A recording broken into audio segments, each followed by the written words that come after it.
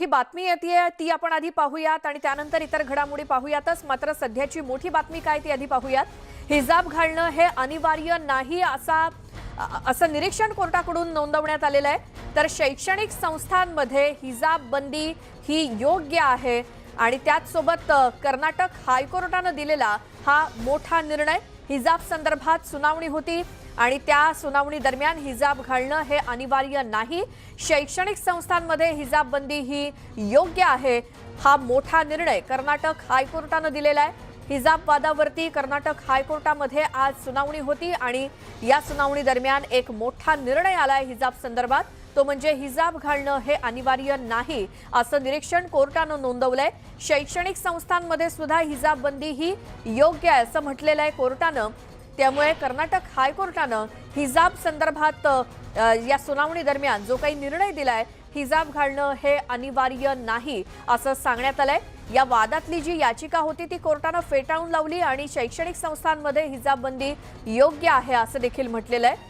मात्र कर्नाटक हायकोर्टाने दिलेला मोठा निर्णय हिजाब संदर्भात, तो म्हणजे हिजाब घालणं हे अनिवार्य नाही। आणि याच कर्नाटक हायकोर्टाच्या या हायकोर्टामध्ये होणाऱ्या सुनावणीच्या पार्श्वभूमीवर बेंगळुरूमध्ये आणि इतर ठिकाणी मोठा पोलीस बंदोबस्त आज तैनात करण्यात आलेला होता, कारण आज हिजाब वादासंदर्भात निर्णय येणार होता आणि याच संदर्भात आता कर्नाटक हायकोर्टाने या वादामध्ये आलेली याचिका फेटाळली आणि आपलं निरीक्षण नोंदवलंय, निर्णय दिलाय, तो म्हणजे हिजाब घालणं अनिवार्य नाही आणि शैक्षणिक संस्थांमध्ये हिजाब बंदी ही योग्य आहे। हिजाब वादावरची याचिका सुद्धा कर्नाटक हायकोर्टाने फेटाळून लावलेली आहे आणि त्यामुळे हिजाब घालणं अनिवार्य नाही हा निर्णय कर्नाटक हायकोर्टाने दिला। आमचे प्रतिनिधी प्रशांत लीला रामदास आपल्या सोबत आहेत। प्रशांत, हायकोर्टाचा निर्णय काय आलाय त्यावरती काय सविस्तर सांगाल?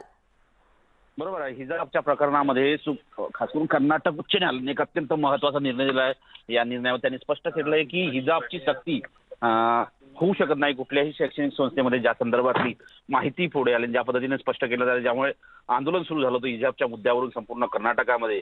आणि एक मोठा निर्णय कर्नाटक हायकोर्टाने दिला। त्यांनी स्पष्ट केलंय की हा जो हिजाब बॅन आहे, बंदी जी आहे, त्याला त्यांनी योग्य ठरवलं आहे। सोबतच ज्या पद्धतीने युनिफॉर्मच्या संदर्भातले निर्णय जे आहे ते निर्णय घेण्याचे अधिकार देखील शैक्षणिक संस्थांना आहे।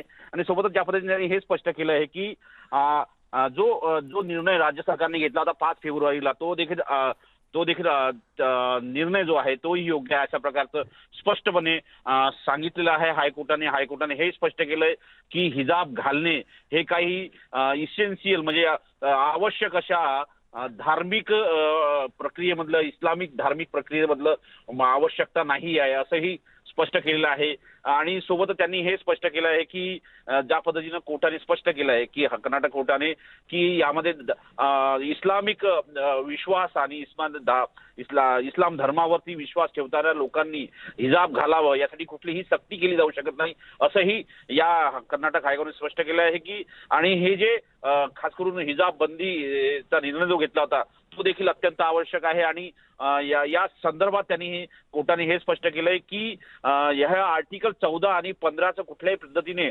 व्हायोलेशन करत नाहीये हा जो निर्णय आहे, जो कोर्टाने घेतलेला आहे ते। यामुळे या सगळ्या पार्श्वभूमीवर अत्यंत महत्त्वाचा आहे की जो एकदा कर्नाटक उच्च न्यायालयाने घेतलेला निर्णय हा अतिशय योग्य आहे अशी प्रतिक्रिया आता विविध राजकीय नेत्यांकडून येत आहे। पण कोर्टाने जो निर्णय दिला आहे की हिजाब जो आहे त्यावरती बंदी घालणे हे योग्य आहे। जी, अशीच आपण एक प्रतिक्रिया घेणार आहोत प्रशांत, त्यासाठी तुम्हाला थांबवते। मुस्लिम विचारवंत शमशुद्दीन तांबोळी आपल्या सोबत जोडले गेले। तांबोळीजी, स्वागत तुमचं न्यूज 18 लोकमत मध्ये। कर्नाटक हायकोर्टाने हिजाब संदर्भात दिलेल्या निर्णयाकडे तुम्ही कसं पाहताय? कर्नाटक उच्च न्यायालयाने जी निरीक्षणं नोंदवलेली आहेत ती अत्यंत सुस्पष्ट आणि योग्य अशी आहेत। त्यामुळे मी मुस्लिम सत्यशोधक मंडळाच्या वतीने कर्नाटक उच्च न्यायालयाने दिलेल्या आजच्या निवाड्याचं हार्दिक स्वागत करतो। कारण यामध्ये जे तथाकथित धर्मवाद्यांना बाजूला ठेवून धर्मनिरपेक्षतेच्या बाबतीत त्यांनी घेतलेला हा निर्णय आहे।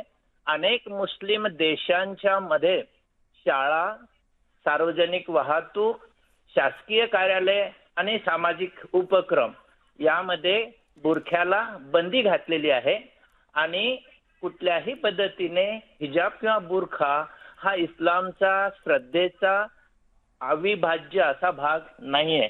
त्यामुळे हा जो काही निर्णय झालेला आहे तो अत्यंत योग्य निर्णय आहे, स्वागतार्ह आहे आणि कुठल्याही समाजातील लोकांनी अशा पद्धतीच्या सुधारणावादी वर्तनाचंही स्वागत केलं पाहिजे.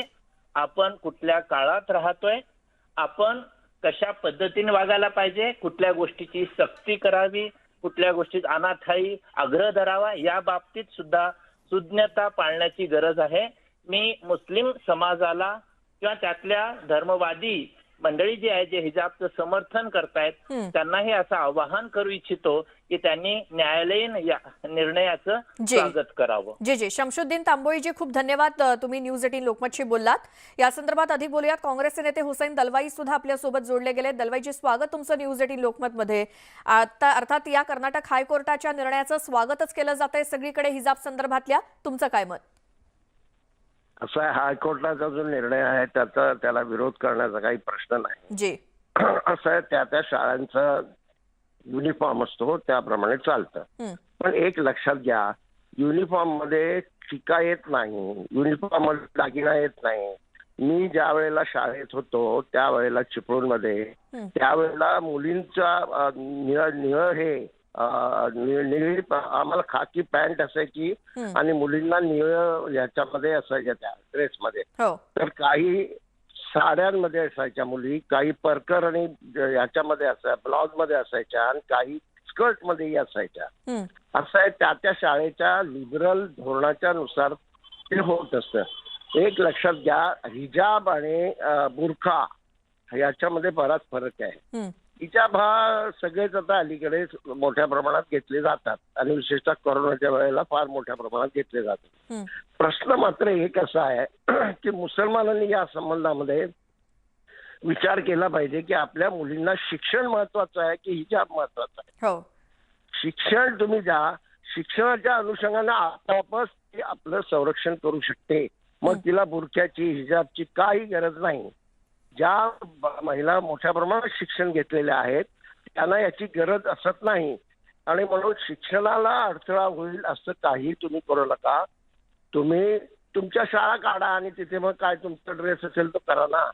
असं आहे, ख्रिश्चनांच्या शाळांमध्ये सुद्धा आमच्या मुली जातात, तिथे कसल्याही प्रकारचं हिजाब नसतो. तिथला जो युनिफॉर्म आहे तो सगळ्यांनाच घ्यावा लागतो. हे आता सगळ्यांनी ऍक्सेप्ट केलं पाहिजे. हा हिजाबचा प्रश्न बीजेपीने कुठे ना कुठेतरी त्यांच्या RSSच्या लोकांनी कर्नाटकातल्या एका शाळेमध्ये निर्माण केला आणि तो ऑल इंडियाला नेण्याचं काम मुसलमानांनीच केलं. काही गरज नव्हती त्याची. म्हणून पहिले वक्ते जे बोलले त्याच्याशी मी सहमत आहे. आपण कुठल्या प्रश्नावर बोललं पाहिजे, मुसलमानांच्या शिक्षणावर बोललं पाहिजे, मुसलमानांच्या नोकऱ्यांवर बोललं पाहिजे, त्यांच्या उद्योगधंद्यांवर बोललं पाहिजे, त्यांच्या घरादाराच्या संबंधात बोललं पाहिजे. ते प्रश्न त्यांचे बाजूला पडलेले आहेत. हेच प्रश्न बोलले जातात आणि ते जे बीजेपीला आज पाहिजे तेच आम्ही कुठे ना कुठेतरी त्यांना संधी देतो. ही संधी दिली जाणार नाही हे पाहिलं पाहिजे. आणि मुख्य भाग असा की हिंदू समाजामध्ये ज्या अनिष्ट प्रथा आहेत किंवा गोष्टी आहेत किंवा हिंदुत्वाच्या नावाने जे खोटे प्रचार केले जातात त्याच्या विरोधी मोठ्या प्रमाणात हिंदू समाजातले लोक बोलतात आणि याला विरोध करतात. तसं कुठे ना कुठेतरी मुस्लिम समाजामध्ये प्रोग्रेसिव्ह लोकांनी एकत्र येऊन या संबंधामध्ये विचार बरोबर आहे. दलवाईजी, थोडंसं थांबवते तुम्हाला, तुम्ही लाईनवरती राहाच, कारण मुस्लिम समाजाचा असा एक वर्ग सुद्धा आहे जे हिजाबचं समर्थन करतो. याच संदर्भात आपण अधिक बोलूयात. सपाचे नेते अबू आझमी सुद्धा आपल्यासोबत जोडले गेलेत. स्वागत आझमीजी तुमचं न्यूज 18 लोकमतमध्ये. कर्नाटक हायकोर्टानं काय निर्णय दिला हिजाब संदर्भात तुम्हाला कळला असेलच, त्यावरती तुमची प्रतिक्रिया काय? सबसे पहले तो मैं बोल दूं कि मैं समाजवादी पार्टी के हैसियत से नहीं बोल रहा हूं. मैं एक मुसलमान, एक देश के नागरिक होने के नाते से बोल रहा हूं. समाजवादी पार्टी को बाजू कीजिए. इस वक्त मैं इस देश का एक नेशनल, एक मुस्लिम धर्म का इंसान होने के नाते मैं कहना चाहता हूं कि हिजाब जो है इस्लाम में जरूरी है. किसी और मर्द के सामने जिससे शादी नहीं हुई है या दूसरा जो भाई हो, घर का कोई आदमी, उसको छोड़ करके बाहर किसी के सामने बिना पर्दे के जाना इस्लाम में मना है. महरम, जिसको महरम नामहरम बोलते हैं, वो आप समझ नहीं पाएंगे लोग, लेकिन मेरा कहना यह है कि हम यूनिफॉर्म का पूरा स्कूल का जो यूनिफॉर्म है उसका पूरा स्वागत करते हैं, परंतु सिर्फ थोड़ा सा बाल ढांकना, मुंह ढांकना, हिजाब करना, इससे कौन सा दिक्कत हो जाती है? कौन से एजुकेशन में पढ़ाई? ये सिर्फ और सिर्फ कुछ लोग जो है इस देश में सिर्फ और सिर्फ मुस्लिम हिंदू करके ये चला रहे हैं, और ये नहीं देख रहे हैं कि अभी किसी भाई ने कहा बहुत अच्छी बात है कि नौकरी नहीं मिल रही है, और जो है एजुकेशन में स्कूल नहीं है उनके पास नौकरियां नहीं है। इस तरह की चीजों पर कोई चर्चा नहीं करके ये सिर्फ क्या खाएंगे, क्या पहन रहे हैं, इन चीजों को ला करके मैं समझता हूँ कि एक कौम के साथ एक बहुत बड़ी नाइंसाफी हो रही है। ये गलत है। आज सिख भाइयों के साथ, सिख भाई सर पगड़ी पहनना लाजिम है क्या? उस स्कूल में यूनिफॉर्म अगर है तो कोई सिख भाई जाएगा पगड़ी पहन के, क्या उसको उतार देंगे आप? कहेंगे नहीं यूनिफॉर्म का हिस्सा नहीं है? पहले बताइए मुझे आप। तो आप वहां तो नहीं कुछ बोलते हो आप, लेकिन मुसलमानों के साथ ये एक जबरदस्त तरीके से नाइंसाफी हो रही है। मैं समझता हूँ ये बिल्कुल गलत है। इसको छोड़ करके हमें सिर्फ और सिर्फ डेवलपमेंट की और भाईचारगी की बात होना चाहिए। एक मिनिट, अबू आझमी जी हमारे साथ हुसेन दलवाई भी है अभी फोन लाईन पे। दलवाई जी, तुम्ही मगासपासून जे काही बोलत होता त्याच्या अगदी उलट अबू आझमी यांचं मत आहे, काय म्हणाल? असं आहे की कुठले काय प्रश्न घ्यावे आता हे मुसलमान समाजाने नेमकं हे केलं पाहिजे। तुम्हाला वेगळ्या शाळा काढा आणि हिजाब घ्या, बुरखा घ्या, काय करायचं ते करा। आता असं आहे की त्या भागाचे त्या शाळेचं जर हे असेल तर मुख्य मुद्दा अबू आसिम आझमी साहेबांना मी सांगेन, मी त्यांचा फार आदर करतो की मुख्य मुद्दा आता मुस्लिम मुलांना शिक्षण देणं आहे। आणि इस्लाममध्ये पडदा हा डोळ्यांचा पडदा आहे, मग तो पुरुषांना सुद्धा तो लागू आहे। पडदा म्हणजे स्त्रीच्याकडे सन्मानाने पाहिलं पाहिजे, तिच्याकडे डोळे वटारून पाहता नये, वेगळ्या नजरेने पाहता नये, हे त्याच्यातलं अतिशय चांगलं तत्व आहे, हे आपण लक्षात घेतलं पाहिजे। ते शरीर झाकलं आणि चेहरा झाकला म्हणून ते पुरे होतं असं समजण्याचं काही कारण नाही। एक दुसरं असं की त्यांच्याशी एका गोष्टीशी मी पूर्ण सहमत आहे की आमचे सरदारजी जर पगडी घालून गेले तर तुम्ही काय त्यांना नाही म्हणणार का? किंवा कोणी दुसरा ड्रेस केला तर चालेल की नाही? मग मी तुम्हाला सांगतो, साधी गांधी टोपी घातली तर चालेल की नाही? हे मुद्दे आहेत।